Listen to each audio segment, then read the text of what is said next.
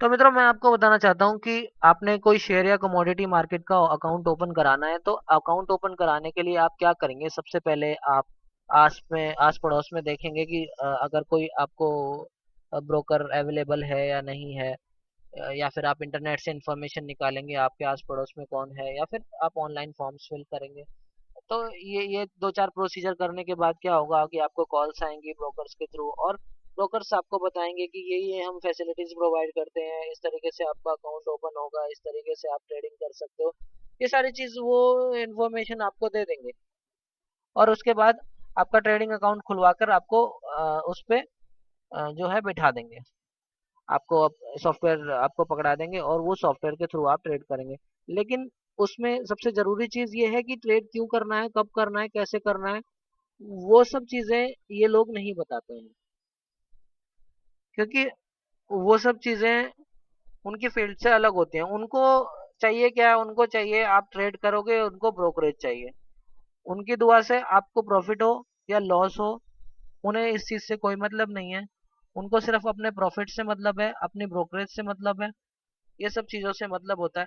लेकिन एक सही तरीका यही होता है कि अगर आप उनका अकाउंट ओपन करा रहे हैं तो उस उनसे उससे पहले आप उन्हें पूरी प्रॉपर नॉलेज दें, शेयर मार्केट और कमोडिटी मार्केट के बारे में उन्हें बताएं, किस तरीके से आपको ट्रेड करना है, ये सब चीजें बताएं, तरीके बताएं, क्या करना है और क्या नहीं करना है, किन किन चीजों को अवॉइड कर सकते हैं, ये सब चीजें बतानी बहुत जरूरी है। क्योंकि अगर आप मित्रों, आप समझ सकते हो, आप कोई गाड़ी चला रहे हो जिसको आपको चलाना ही नहीं आता है, और कोई आपको उस पर बैठा दे और बोले कि आप चलाओ, तो उसका आप उसका नतीजा आप सोच सकते हैं कि नेगेटिव ही आने के चांसेस जो रहेंगे।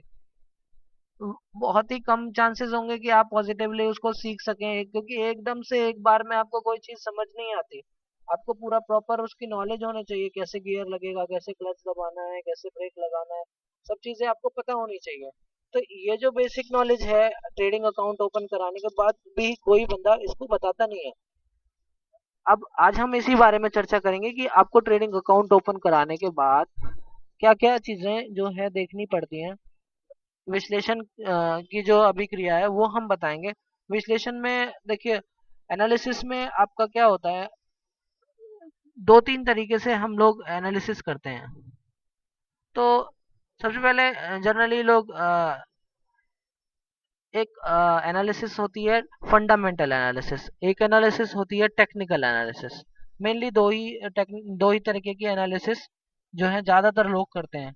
तो फंडामेंटल एनालिसिस में मैं आपको बताना चाहता हूँ कि फंडामेंटल एनालिसिस में हम क्या करते हैं। जो भी स्टॉक हमें खरीदना है, या जो भी शेयर हमें बाय करना है या सेल करना है, उस शेयर के बारे में हम पूरी नॉलेज लेते हैं। अब नॉलेज लेने का जो फंडामेंटल एनालिसिस का तरीका है वो यह होता है कि हम उस पर्टिकुलर शेयर की कंपनी के साथ जाके बात करते हैं, उनके मैनेजर्स से मिलते हैं, उनके प्रोजेक्ट्स के बारे में पता करते हैं, क्या क्या वो कर रहे हैं, आगे इन फ्यूचर वो क्या करेंगे, इस बारे में उनसे चर्चा करते हैं। सब कुछ बात उनसे पता करने के बाद हम ये निष्कर्ष निकालते हैं कि आगे आने वाले भविष्य में उस कंपनी का क्या हो सकता है। तो उसके बाद हम उसमें ट्रेड करते हैं। ये एक फंडामेंटल एनालिसिस करने का तरीका है। इसके अपोजिट अगर हम टेक्निकल एनालिसिस की बात करें, तो टेक्निकल एनालिसिस में हमें क्या करना होता है, हमें उस शेयर का जो अभी का भाव चल रहा है वो, और जो उसके पिछले भाव रहे हैं, उन भावों का एक डाटा कलेक्ट करना होता है। और उस डाटा के अकॉर्डिंग हम एनालाइज करते हैं, हम सोचते हैं कि उसके अकॉर्डिंग हम अपना जो है उस शेयर के बारे में अपना नजरिया बनाते हैं कि अब ये स्टॉक आपका ऊपर जाएगा या नीचे जाएगा। अगर ऊपर जाएगा, आपको लगता है कि ऊपर जाएगा, तो हम उसे खरीदने की कोशिश करते हैं, अदरवाइज हम उसे सेल करते हैं। तो अब ये चीज पता कैसे चलती है?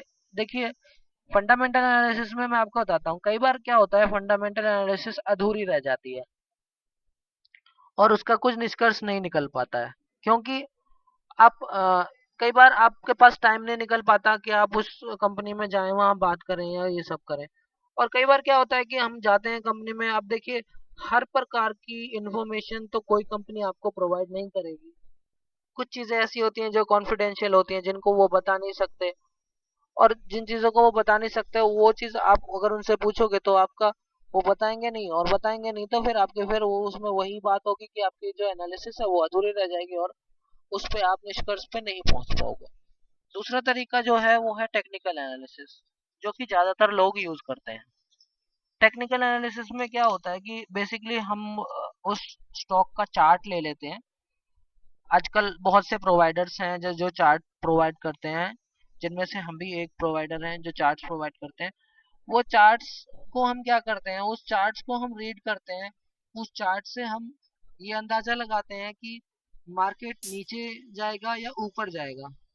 वो चार्ट से एनालिसिस करने के बाद हम आराम से इस नतीजे पर पहुंच जाते हैं, हमें पता लग जाता है कि मार्केट का मूव किस साइड है, अप साइड है या डाउन साइड है। उसके लिए जब हम चार्ट को रीड करते हैं तो हमें ट्रेंड एनालिसिस करनी होती है। ट्रेंड एनालिसिस करने के बाद हमें मार्केट का ट्रेंड पता लगता है। तो अब ट्रेंड एनालिसिस के बारे में मैं आपको बताना चाहता हूँ। अगर उस चार्ट में आपको दिख रहा है कि मार्केट नीचे की साइड जा रहा है, तो वो होता है डाउन ट्रेंड। और अगर आपको लग रहा है कि मार्केट ऊपर की तरफ जा रहा है, तो वो होता है अप ट्रेंड। जैसे मित्रों, अभी ये चार्ट आप देख रहे हैं, इस चार्ट में आप देखिए कि जो प्राइस है वो ऊपर की साइड मूव कर रहा है। कैंडल्स इस ये कैंडल स्टिक चार्ट है, इसके बारे में मैं आपको थोड़ा अगले ट्यूटोरियल में बताऊंगा। बेसिक चीज आपको समझानी है वो मैं आपको इससे समझा देता हूँ कि अभी जैसे आप ये देख रहे हैं कि मार्केट की जो मूवमेंट हो रही है वो, अभी यहाँ देखिए इस लाइन से आपको पता लगेगा कि ये आपका जो चार्ट है वो ऊपर जा रहा है, थोड़ा सा नीचे, फिर और ऊपर गया, फिर थोड़ा सा नीचे, फिर और ऊपर गया। तो ये इस जो ये जिस ऊपर की साइड जो जा रहा है, इस ट्रेंड इसे बोलते हैं ट्रेंड, और ये है अप ट्रेंड, यानी कि मार्केट ऊपर जा रहा है। इसे हमने एनालाइज किया कि ये अप ट्रेंड में हो रहा है मार्केट। ऐसे ही मित्रों, ये भी एक ट्रेंड है। अब इसमें देखिए आपको दिख रहा होगा कि ये जो प्राइस है वो लगातार नीचे की साइड मूव कर रहा है, मतलब इसके जो भाव हैं वो लगातार घटते जा रहे हैं, घटते जा रहे हैं। तो ये जो बार बार घट रहे हैं, इसके प्राइस नीचे तक पहुंच गया है, बॉटम तक, ये डाउन जा रहा है, नीचे जा रहा है, तो इसको हम डाउन ट्रेंड बोल देते हैं। इसके अलावा एक और ट्रेंड होता है जिसको हम बोलते हैं साइडवेज ट्रेंड। साइडवेज ट्रेंड का मैं आपको ग्राफ दिखाता हूँ। ये देखिए मित्रों, इस तरीके के जो ट्रेंड होते हैं उनको हम साइडवेज ट्रेंड कहते हैं, जिसमें ना तो मार्केट ऊपर जा रहा होता है और ना ही नीचे जा रहा होता है। एक छोटी सी रेंज के अंदर मार्केट घूम रहा होता है, उसको रेंज बाउंड भी बोल देते हैं। रेंज बाउंड या फिर साइडवेज साइडवेज ट्रेंड मतलब वो ना ही वो अपसाइड का ट्रेंड है, ना ही वो डाउन साइड का ट्रेंड है। तो तो मित्रों, ये था ट्रेंड। इस ट्रेंड के बारे में हमें जाना। ये इस तरीके से ट्रेंड होता है जिसको हम बाय ट्रेंड और सेल ट्रेंड बोल देते हैं, या फिर आप कह देते हैं अप ट्रेंड, डाउन ट्रेंड। तो इससे हमें चार्ट से हमें पूरी नॉलेज मिल जाती है कि किस तरीके से आपका शेयर जो है वो मूव कर रहा है। तो बेसिकली मैं आपको यही बताना चाहूंगा कि जब भी आप अपना ट्रेडिंग अकाउंट ओपन कराते हैं, तो ट्रेडिंग अकाउंट ओपन कराने के साथ आप चार्ट की सर्विस जरूर यूज करें। और देखिए, मैं ये नहीं कह रहा कि आप उसको परचेज करें, अलग से एक एक्स्ट्रा एक्सपेंस बनाए, उसकी कोई जरूरत नहीं है।